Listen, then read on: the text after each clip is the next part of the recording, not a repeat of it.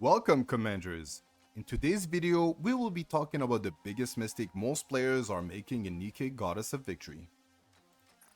Did you know that obtaining multiple duplicates of a character is not going to significantly increase the damage it does?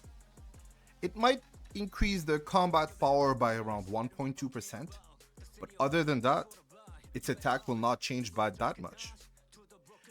This is Helm, one of my most built character. She's fully overloaded. She has 3 overload lines on nearly every single piece.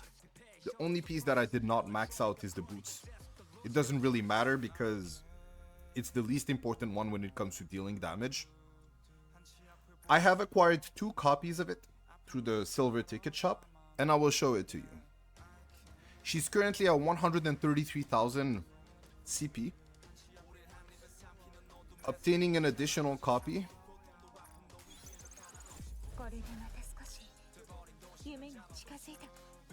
increased it to 135, 589 CP.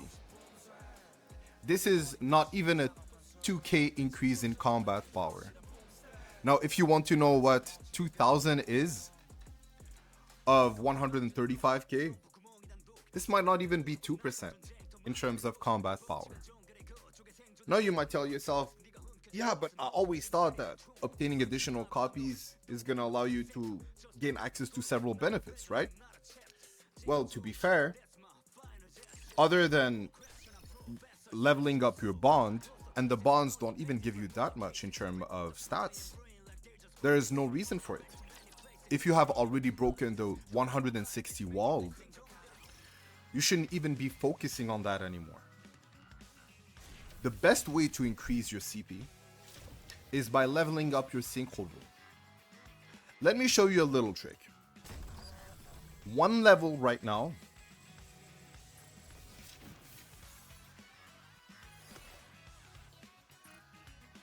will increase the CP of a character.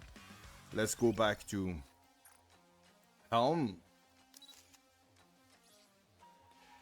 By maybe 500 points. By 500. Now you will tell me, yeah, but that's nothing, right? Well, let me show the real trick behind it. Every 20 levels that you unlock through your sinkhole room will give you actually way more than that. And this starts at level 21. So every 20 levels, 21, 41, 61, 81, and so on, will give you a massive combat power boost. There you go. 20 levels in your sinkhole room is as if you are obtaining a duplicate towards all your characters in that specific part of your outpost. Now, we have gained several levels. Does additional copies scale with it? Let's do it a second time. It's 140k. 140, 664. I will do the quick maths for you this time. And it is at 123k attack. Let's get the additional copy. Now you're gonna tell me, yeah, it's 2000 CP, right? Well, let's see. 142. I've done the quick math. It's less than 1.2%. And you only gain 1.5k attack. Some of you might say, yeah, but that's a lot. Well, to be fair, no, that's nothing. This is not even 1% in terms of attack damage. Most of us have been wasting our tickets for nothing.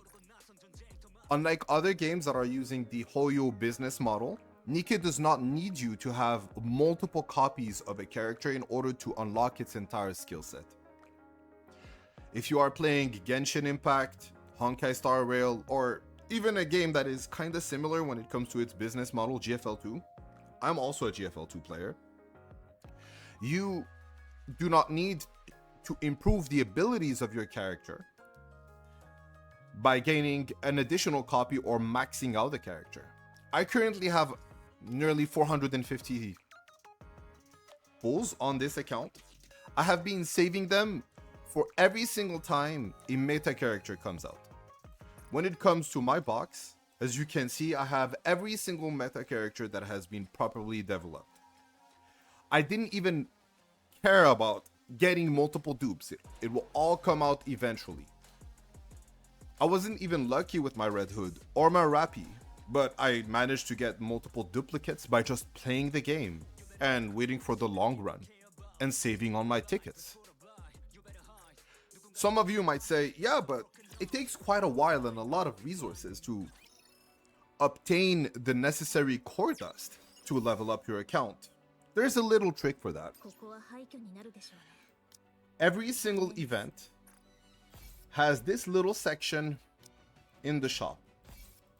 We are currently in the Stellar Blade collab, and every single time you can buy additional attempts that will increase the number of tries that you have in the campaign of that particular event.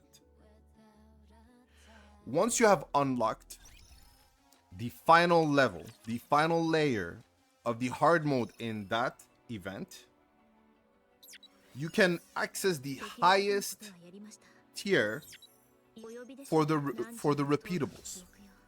So let's go to the story. As you have seen, I have purchased quite a few attempts. We are on the hardest layer. I have 70 attempts. And I'm gonna do quick battle. 70 times 4 granted us 280 boxes.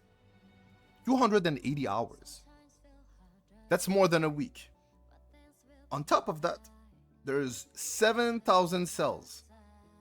What are we gonna do with these cells, you might ask? Let's keep on moving. I'll show it to you.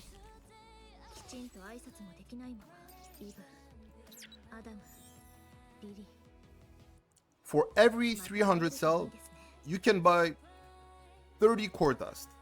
Some of you might say, yeah, but this is nothing. Well, this is the equivalent of clearing an entire chapter. You heard that right. Completing a chapter in Nikke grants you around 750 Coredust. That's when you defeat the boss. When you clear a Lost Sector chapter, it also grants you 750 Coredust. Now, you might ask yourself, yeah, but this is just on a level 300 account. How about on lower level accounts? How about on maybe an account that is slightly more developed? I'll show that to you guys in a moment. Just give me a second. I'll be logging in to my other accounts. A few moments later. So we are back. As you can see, this is my main account. This is my main team for the campaign with the highest CP.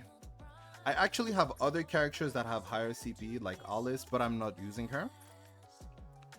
812,000 CP is the combined result for my account. Let's see what it looks like if we level up twice. We know that on average, leveling up once gives you 500 CP.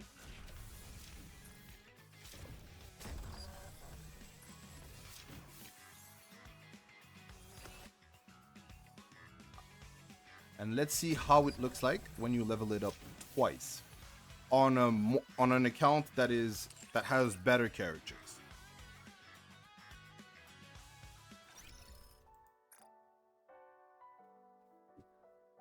That is more than 20,000 CP in terms of increase.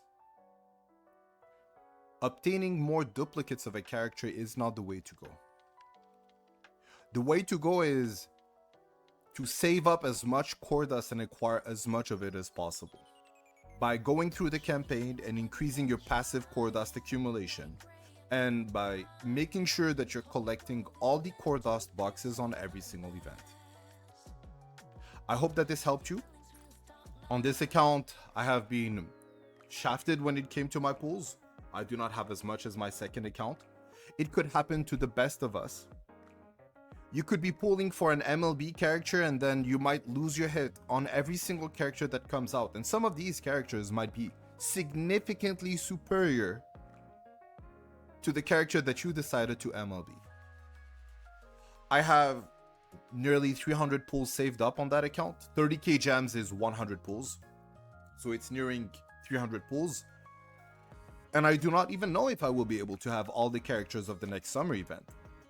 I do not know if it will be enough for A2 and 2B, and yes, I missed them when I started playing Nikke got us a victory. I hope that you will not do the same mistake as other players. If you have not been accumulating that bonus Coredust, I hope that you learned something today. Most of us have probably been doing it for a while, but a lot of people just have been saving their gems for the most futile things in the entire game. Nikke has a business model that is more favorable towards its player base.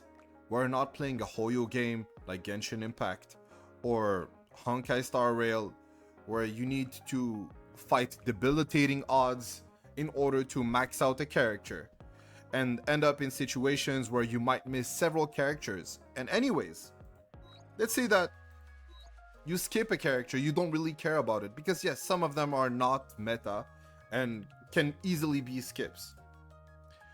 There is something called a wish list. We're all aware of it. I did not pull for Brady. Yeah, some of us might enjoy the character, but she was not meta, so I didn't pull for her. I didn't go for Kay.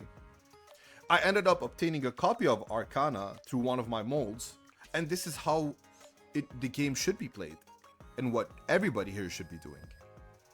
I hope that this video was useful to you today. If you have any other questions, you can put them on the comments. I will make sure to respond to every single one of them. Have a wonderful day.